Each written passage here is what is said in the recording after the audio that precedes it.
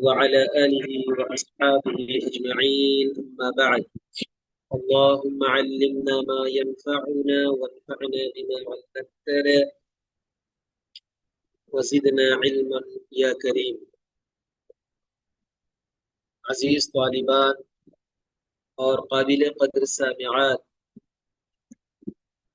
اللہ رب العالمین کا فضل ہے کہ اس نے ہم تمام کو ایک بابرکت مجلس میں اکٹھا کیا ہے اور نماز جیسی عظیم عبادت کے تعلیم و تعلم کا موقع عنایت فرمایا ہے۔ عزیز طالبات، گزشتہ دروس میں ہم لوگوں نے نیت نماز سے لے کر قبلہ رخ ہونا، قیام کرنا، رفع الیدین کرنا، دعائے ثنا یا دعائے استفتاح کا پڑھنا، اسی طرح دعائے استفتاح کے بعد تعوذ اور تسمیہ کا کہنا۔ اب اس کے بعد جو سبق ہم پڑھنے جا رہے ہیں وہ ہے سورہ فاتحہ۔ گزشتہ کل کے درس میں جو ہم لوگوں نے پڑھا تھا وہ یہ کہ دعائے ثنا کے بعد، دعائے استفتاح کے بعد تعوذ یعنی اعوذ باللہ من الشیطان الرجیم کہیں گے، اس کے بعد بسملہ یا تسمیہ بسم اللہ الرحمن الرحیم کہیں گے۔ اس کے بعد کیا کریں گے جی؟ سورہ فاتحہ پڑھیں گے۔ اور سورہ فاتحہ کے تعلق سے گزشتہ کل کے درس میں یہ بھی جانا کہ لا صلاۃ لمن لم یقرأ بفاتحۃ الکتاب، کہ اس شخص کی نماز نہیں ہوگی، اس شخص کی نماز نہیں ہوگی جو سورہ فاتحہ کو نہ پڑھے۔ سمجھ رہے نا؟ اور اسی طرح دوسری روایت سے بھی یہ معلوم ہوا کہ اس کی نماز ناقص ہے، نامکمل ہے۔ تو اب دیکھیے، اعوذ باللہ بسم اللہ کے بعد کیا کرنا ہے؟ سورہ فاتحہ پڑھنا ہے۔ جہری نمازوں میں سورہ فاتحہ کی قراءت کرتے ہوئے ہر آیت پر ٹھہرنا اور وقف کرنا مسنون و مستحب عمل ہے۔ سمجھ لینا جی، جہری ہو یا سری، ہر نماز میں کیا ہے؟ ٹہر ٹہر کر آسانی کے ساتھ کیا ہے؟